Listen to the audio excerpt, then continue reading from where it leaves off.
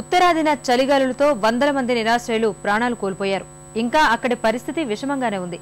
సర్వోన్నత న్యాయస్థానమే స్పందించినా ప్రభుత్వాలు పట్టించుకోని తత్వం విమర్శలకు దారితీస్తోంది. ఉత్తరాది వరకు ఎందుకు? రాష్ట్రంలో పరిస్థితులు అందుకు భిన్నమేమీ కాదు. హైదరాబాద్, విశాఖపట్నం, విజయవాడల్లోనూ తీవ్రత ఎక్కువగానే ఉంది. కాలిబాటలపై కనీసం దుప్పట్లు కూడా లేని వలస జీవులు, పేదలు, వృద్ధులు ఎప్పుడూ లేనంతగా ఎముకలు కొరికేస్తున్న చలిలో పోరాడుతున్నారు.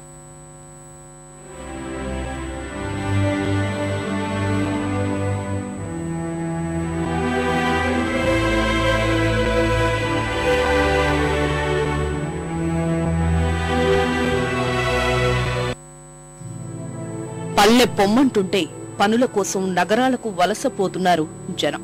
ఇక్కడికొచ్చాక తిప్పలు, పొట్టకూటి కోసం అవస్థలు. అందులోనూ ఈ మధ్యకాలంలో ఎప్పుడూ చూడనంత చలి. ఇంట్లో ఉంటేనే భరించలేకపోతున్నాం. మరి నిరాశ్రయులు రాత్రి తలదాచుకునేదెక్కడా? కాలిబాటలపైన, రహదారుల పక్కన కనీసం సరైన దుప్పట్లు కూడా లేని ఈ జీవులను చూసి సర్వోన్నత న్యాయస్థానం చలించిపోయింది. కాని స్థానిక నాయకులకు, ప్రభుత్వాలకు, పాలక సంస్థలకు వీరు కనీసం కనిపించడం లేదు. మన రాష్ట్రంలో హైదరాబాద్, విశాఖపట్నం, విజయవాడ లాంటి నగరాల్లో వేల సంఖ్యలో వలస జీవులకు, నిరుపేదలకు ఆవాసం ఫుట్పాత్లే. ఆకలితోనే కాదు, వణికిస్తున్న చలిగాలులతోనూ పోరాడుతున్నారు. హైదరాబాద్ లో రాత్రిపూట ఒక్కసారి ప్రయాణిస్తే ఫుట్పాత్లపై గజగజ వణుకుతున్న అభాగ్యులే అడుగడుగునా కనిపిస్తున్నారు. అసెంబ్లీ ఎదురుగానే వందల్లో నిరాశ్రయులు దట్టమైన చలిలో వణికుతూ నిద్రపోతుంటారు. స్వతంత్ర భారతదేశంలో జీవించే హక్కు కోల్పోతున్నారు. కాని రాజ్యాంగబద్ధమైన ఈ విషయం మన ప్రభుత్వానికి పట్టనే లేదు. 22 గుడికాడ బతకబట్టి 22 నాయన ఇన్న గారు ఇయ్యాల గారు ఒక అకౌంట్ కాలు ఇరిగింది, బొక్క తీసేసినాడు, ఇట్లా పడి ఉన్నాడు. పెట్టేటోళ్ళు నేను 4 సంవత్సరాలు అలా కాలు అయింది, రైలు కింద కట్ అయిపోయింది. నా భార్య పిల్లలు దగ్గర చూసుకుంటున్నారు. అక్కడ సికింద్రాబాద్లో నేను ఉంటా, అక్కడ పింఛన్ ఇస్తలేరు. రాష్ట్ర రాజధాని తళుకు బెళుకులు పగలే. నిశీధి అలుముకున్నప్పుడే అసలైన దౌర్భాగ్యం అడుగడుగునా కనిపిస్తుంది. భాగ్యనగర్లో వలసల తాకిడి ఎక్కువ. శ్రీకాకుళం నుంచి మహబూబ్ నగర్ దాకా పనుల కోసం కుటుంబాలతో నగరానికి వస్తున్నారు. వారిలో ఆవాసాలే లేనివారు వేలల్లో ఉన్నారు. హైదరాబాద్ మహానగరపాలక సంస్థ లెక్కల ప్రకారమే భాగ్యనగర్ లో 4463 కుటుంబాలు, అంటే దాదాపు 25,000 మంది రోడ్ల పక్కనే కాలం వెళ్లదీస్తున్నారు. ఈ సంఖ్య రెట్టింపు ఉన్నా ఆశ్చర్యపోనక్కర్లేదు. అంతమంది రాత్రైతే చల్లో వణుకుతూ దైన్యంగా గడుపుతున్నారు. నిరాశ్రయ కుటుంబాల్లోని వృద్ధులు, పిల్లల పరిస్థితి మరీ దారుణంగా ఉంది. సర్వోన్నత న్యాయస్థానం ఆదేశాల మేరకు నగరంలో కనీసం 60 శరణాలయాలు ఏర్పాటు చేయాలి. మొదటి విడతలో 10 శరణాలయాలు ఏర్పాటు చేస్తామని నగరపాలక సంస్థ మాటిచ్చింది. ఆ మాట తప్పింది. ఇప్పటి వరకు 5 జోన్లలో కేవలం 5 శరణాలయాలు మాత్రమే ఉన్నాయి. అవి 500 మంది ఆవాసానికి కూడా సరిపోవు. అదేమంటే కొత్త శరణాలయాల ఏర్పాటుకు నగరంలో ఎక్కడా స్థలమే లేదని జీహెచ్ఎంసీ చెబుతోంది. ఇది హాస్యాస్పదం. అభాగ్యుల ప్రాణరక్షణంటే ప్రభుత్వానికి ఇంత నిర్లక్ష్యం పనికిరాదు. హోటల్లో పనిచేస్తుంటే సౌ బస్ అయింది. ఇట్లా సౌ బస్ అయ్యి అంతా కాలిపోయింది, మొత్తం అంతా కాలిపోయింది. ఎంత కాలిపోయింది. నేను 22 సంవత్సరాల నుంచి ఉన్నా. చిన్నప్పటి నుండి మీ అమ్మా నాన్న ఏం చేస్తారు? అమ్మా నాన్న అందరు కాయదాలు ఎడతారు. ఇది అంతా మా వాళ్ళు ఇక్కడ ఉన్న వాళ్ళందరూ వస్తుంది. కానీ ఏంటంటే మా ఆయనకు ఆక్సిడెంట్ అయింది. అప్పటి నుంచి కొంచెం కష్టమయ్యి ఇక్కడనే ఉన్నాం. మీ ఆయన ఇప్పుడు ఏం పని చేస్తారు? పోతుండు, కాయదాలకు పోతుండు. అంత వెళ్తలేదు, పైసలు ఎంత వచ్చిందో అంత ఖర్చు అయిపోతుంది. విశాఖపట్నంలోనూ పరిస్థితి ఘోరంగానే ఉంది. అతి వేగంగా అభివృద్ధి చెందుతున్న వైజాగ్ నగరానికి ఛత్తీస్గఢ్, ఒడిశా నుంచి కూడా వలసలు ఎక్కువ. పెద్ద పెద్ద పరిశ్రమలు, నౌకాశ్రయం, వీటిలో పనుల కోసం పొట్టచేత పట్టుకు వస్తున్నారు.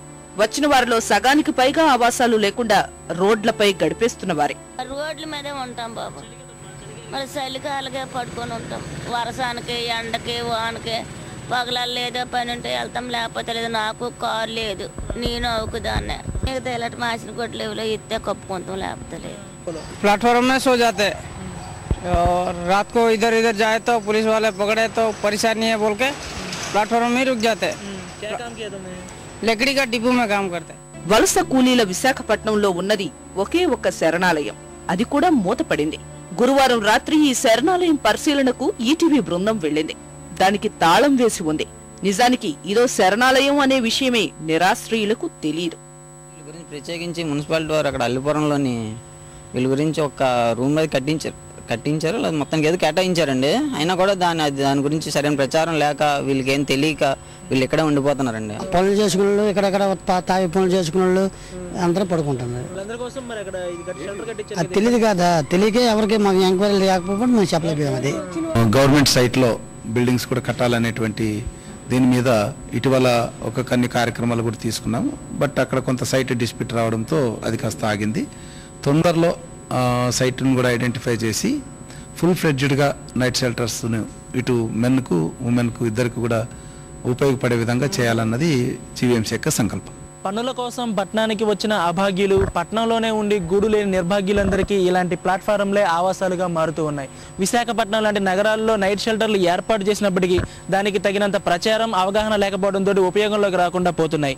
విశాఖపట్నం నుంచి కెమెరామెన్ సి శ్రీనివాస్తో నాగేశ్వరరావు, ఈటీవీ న్యూస్. విజయవాడ నిరాశ్రయులకు, అభాగ్యులకు మరో చిరునామాగా మారుతోంది. హైదరాబాద్, విశాఖపట్నాల తర్వాత గూడు లేని నిరుపేదలు, వలస జీవులు ఎక్కువ ఉన్న నగరం విజయవాడే. లేక లేని ముసలిదాన్ని వేసుకొని తీసుకొని వచ్చాను బాబు. ఎవరు లేరు, ఇక్కడే బడి ఉంటున్నాం బాబు. రూపాయి అడుక్కుంటున్నాం, తెచ్చుకుంటున్నాం, తింటున్నాం. దగ్గర పని చేస్తున్నాను. ఆమె ఆడమే 24 సంవత్సరాలు బట్టి పని చేస్తున్నాను ఆమె దగ్గర. ఈ చెట్టు కింద ఉంటాం, చెట్టు కింద ఉంటారు రోజు. అనాథులు, అభాగ్యులు, ఏ ఆధారం లేని వారు, వికలాంగులు, ఇలా అందరికీ నివాసం మాత్రం రహదారే. ఇప్పటికైనా నగరపాలక సంస్థతో పాటు మానవతావాదులు కూడా తమను ఆదుకోవాలంటున్నారు ఈ అభాగ్యులు. కెమెరామెన్ నాగేంద్రతో సాయికృష్ణ, ఈటీవీ న్యూస్, విజయవాడ. వలస జీవులైనా ఇంకెవరైనా దారుణంగా ఉన్న ఈ చలిలో ప్రాణాలు అరచేతున పెట్టుకుంటూనే నిశీధిలో గడుపుతున్నారు. వీరిలో కనిపిస్తున్న వృద్ధుల్లో ఎంతో మంది కొడుకులు, కూతుళ్ల నిర్లక్ష్యానికి గురైన వారే. మరికొందరు వికలాంగులు, చాలా మంది పొట్టకూటి కోసం వచ్చిన వాళ్ళు. కనీసం చలికాలం రాత్రిపూట అయినా సరే వాళ్ళు తలదాచుకోవటం కోసం, వాళ్ళ శరీరాన్ని కాపాడుకోవటం కోసం, చలి బాధకు గురే చనిపోకుండా వాళ్ళకి షెల్టర్స్ ఏర్పాటు కావాలి. ఆ షెల్టర్స్ని స్వచ్ఛంద సంస్థలతో కూడా కలిపి, ప్రభుత్వం అని చెప్పంటే మళ్ళీ ప్రభుత్వంలో అవినీతి, అసమర్థత, అలసత్వం మౌలి మనకు అలవాటు ఇదంతా కూడా. అలాగే స్వచ్ఛంద సంస్థలతో కూడా భాగస్వామ్యం ఉండి వారి ద్వారా పనిచేయించి ప్రభుత్వం వీళ్ళనంత డబ్బు ఏర్పాటు చేయాలి. ఇప్పుడు కూడా తలదాచుకోవడానికి వీళ్ళైనటువంటి పిల్లలకు ఎంతోమందికి స్వచ్ఛంద సంస్థ ఆశ్రయం ఇస్తున్నాయి. కానీ ప్రభుత్వం పట్టించుకుంటుంది చాలా తక్కువ. ఒకవేళ ప్రభుత్వం నుంచి ఏమన్నా సర్వశిక్ష అభియానం మరొక స్కూళ్ళ కోసం నిధులు ఇద్దామని చెప్పి అన్నా కూడా లంచాల పరులు బలవస్తుంది. లేకపోతే బ్యూరోక్రసీ, ఈ రెడ్ టేప్. అర్ధాకలితోనైనా బతుకొచ్చేమో గాని కంటి నిండా కునుకు లేకుంటే ఎలా? వీరి మీద ఇప్పటికైనా ప్రభుత్వానికి దయ కలగదా? సర్వోన్నత న్యాయస్థానం ఆదేశాలు అమలు జరిగేదెప్పుడు? వీరి ప్రాణాలకు భరోసా ఏది?